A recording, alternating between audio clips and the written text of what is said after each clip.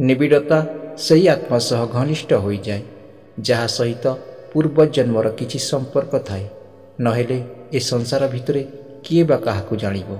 धन केवल शेष निश्वास पर्यंत साथ देई थाए किंतु पुण्य मृत्यु परे मध्य साथ देई थाए।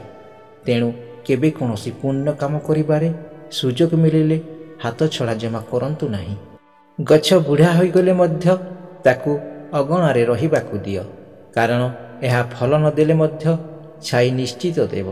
सेहीपरि माँ बापा वृद्ध हो गले मध्य तांकू घरे जागा दियो कारण सेमाने धन न दे पारिले मध्य तुम पिला मानंकू संस्कार देबे।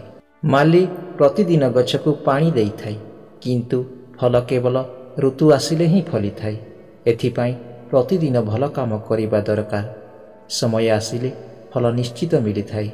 हाँ एवं ना ए दुईटी शब्द बहुत छोट किंतु एहार व्यवहार करिला बेले सबुठो अधिक भाबिबाकू पड़ी थाई।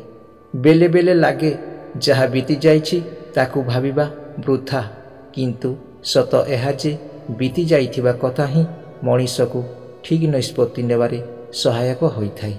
संपर्क को चंदन भलिया रखिबा उचित जहाँकि हजारे टुकुड़ा हेले मध्य सुगंध सेमिति ही रही थाई।